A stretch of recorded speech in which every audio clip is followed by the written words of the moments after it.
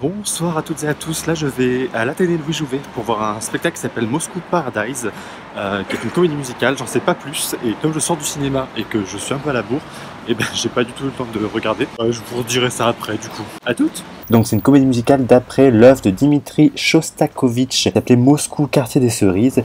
Le livret de cette nouvelle adaptation est de Vladimir Mas et de Mikhaïl Chervinsky, la direction musicale est de Jérôme Kuhn et la mise en scène de Julien Chavaz.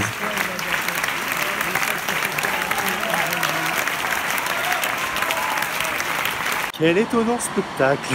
Je suis tout perturbé. C'est-à-dire qu'il y avait tout. C'était loufoque par moments, un peu surréaliste. J'avais l'impression de voir des passages de la cantatrice chauve dans la mise en scène de La Garce. Esthétiquement, c'était drôle. On aurait dit des pantins un peu marionnettes à fil. Et en même temps, il y avait une petite ambiance Tim Burton avec ses maquillages blancs, ses yeux cerclés de rose. C'était dans les tons pastels.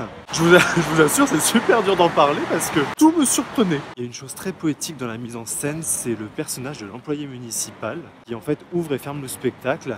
C'est un mec, un vieux monsieur qui ne parle jamais. Il entre par le public, d'ailleurs au début on croit que c'est un retardataire. Et puis on comprend vite qu'il n'est pas retardataire parce que bon, il est chiant, il reste debout au milieu de la salle. Et on le voit apparaître de temps en temps sur scène entre les scènes. Il s'occupe d'une plante, parce qu'il est jardinier. Et visiblement, il s'en occupe bien de sa toute petite plante, parce qu'à la fin, il y a une grosse plante vivante. Pareil, ça, grosse plante vivante. Au niveau du livret, c'est un petit peu faiblard quand même. C'est-à-dire que l'histoire est assez simple. C'est des gens qui vivent à Moscou et... Oh putain, mais c'est de la grêle, ça.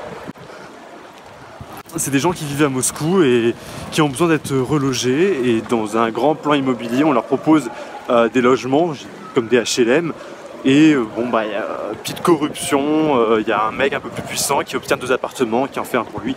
Enfin bon, il y a des histoires d'amour. Le petit subterfuge dramatique à la fin pour le dénouement, c'est de créer un jardin magique, et dans le jardin magique, quand on y rentre, on est obligé de dire la vérité. Du coup tout le monde se révèle son amour. Le méchant qui avait pris les appartements aux pauvres, et ben il dit la vérité. Donc même là, même c'était hyper facile, moi j'étais un petit peu en mode ouf, c'est fou en fait d'avoir autant de liberté. Donc voilà, ce spectacle me laisse sans voix, en tout cas pour l'instant. Et je sais pas s'il laissera une grande trace, mais il m'a étonné pendant 1h40. C'est aussi ça de faire des vlogs à chaud, c'est de vous dire que je suis sans voix. Bon bah, à bientôt.